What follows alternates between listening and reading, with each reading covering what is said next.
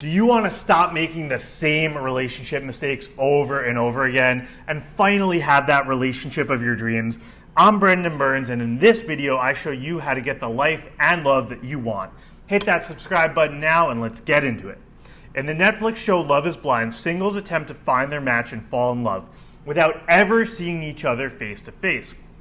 In this video, I break down the alarming behaviors of contestant Jessica Batten so you can either avoid her behaviors if you see yourself in her, or you can see the warning signs she displays so you can run if you ever encounter someone in a dating situation like her. So let's start by watching a clip from the first episode of the show. Mark and I are really creating a true soul connection, but sometimes I snap back to reality and think about, what are my friends gonna think? What are my parents gonna think? Mark is 5 years younger than my baby brother. He's 5 years younger than me. All right, key takeaway from this is that Jessica has what's called the avoidant attachment style.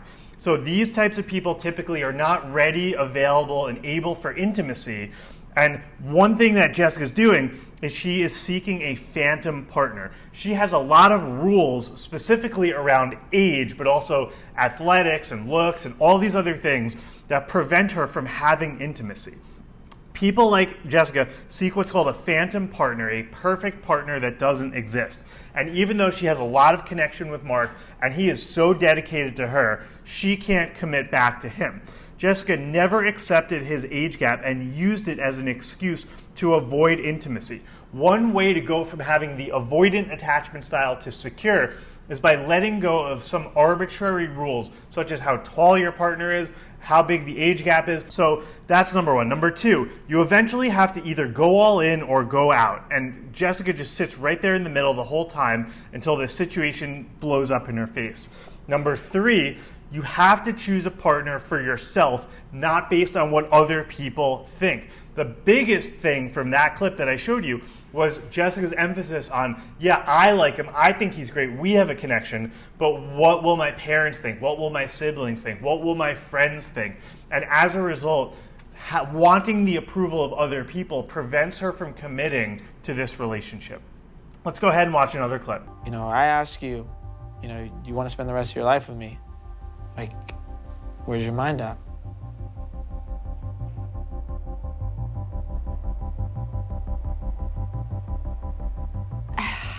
We've come like a really long way in a matter of days, not weeks. And like I can definitely see us walking out of here together. All right, this is a really troubling scene because Jessica's being very dishonest to both herself and to Mark. You have to be honest with those that you date. And even though she says yes, she is clearly, with her body language, her heart, her voice, and everything, really saying no. And one thing I like to tell my clients in our work together is a no now can save you a much more painful no later.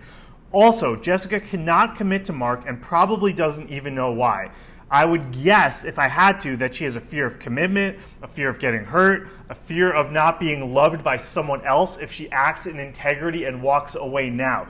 That is a huge one. And so Jessica might be saying yes now because she's afraid of being honest with herself and potentially leaving this show not having anyone. So she needs to either commit or walk away, but does neither, and you'll see what happens later on. Let's go ahead and watch a short clip from the second episode of this show. Our connection is so strong, but like I would be doing myself a disservice if I didn't pursue relationships like I came here to do. What the All right, this is continued avoidant tendencies. So remember, attachment styles. You have secure, open and available for intimacy. You have anxious, kind of preoccupied and overly analyzing relationships, which Mark here tends to be. And then you have avoidant, which is what Jessica is. She will not commit to him, but she also won't leave. She strings him along. She keeps intimacy at a distance, however, because she does not see intimacy as a safe thing. She's afraid that she will get hurt, so she cannot go all in. If Jessica were to speak directly, instead of saying what she did, she would be saying, I'm unsure, I'm not all in with you, I'm also pursuing this other guy, Barnett, and I don't know where I stand. By the way, if you're ever in a situation with a person like this, Get out immediately. Out of the 3 attachment styles, avoidant is by far the most troubling and the one to run from the fastest. Unfortunately, Mark is anxious and he's drawn into avoidant. That's called the anxious-avoidant trap. Let's go ahead and watch the final clip from the final episode of the show to see how this all plays out. So long as you both shall live.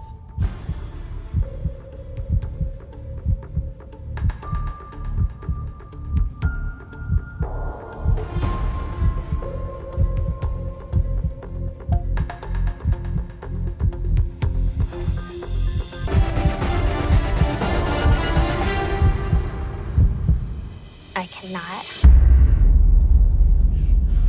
And that is a wrap. So as you can see here, Jessica has the avoidant attachment style, and it just drags Mark through the mud, and eventually she strands him at the altar. So in order to learn from this, so you can either shift from avoidant yourself into secure, or if you find yourself secure or anxious and wanting to avoid people like her, avoid avoidance, here's what to do. If you're avoidant, let go of strict rules or seeking a phantom partner who does not exist. Ditch the arbitrary dating requirements that you have in your brain and realize that your hesitations are largely due to your fears of intimacy. Number 2, choose a partner for you, not based on the approval of others. One thing we see here is that Jessica continues to be so fixated on the age difference between the two of them, yet continues to string this thing along. I think it's a combination of her really placing the approval of others on, instead of what she wants, as well as using it as an excuse to keep intimacy at bay. Next, be honest with yourself and with those you date. Look at the impact that she's having on this guy, Mark, here. Now, Mark is not helpless. He should be taking responsibility for pursuing someone who's not into him. But still, if you're avoidant, you should be working on your own self and attachment styles before you're going out and dating and hurting people like the way she does here.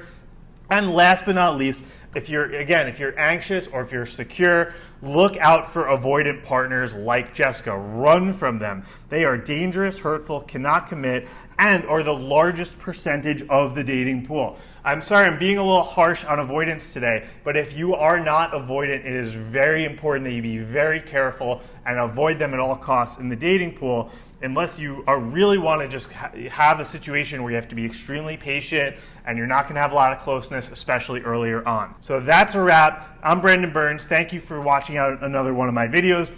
Make sure to hit that subscribe button now for access to and updates on all my new videos.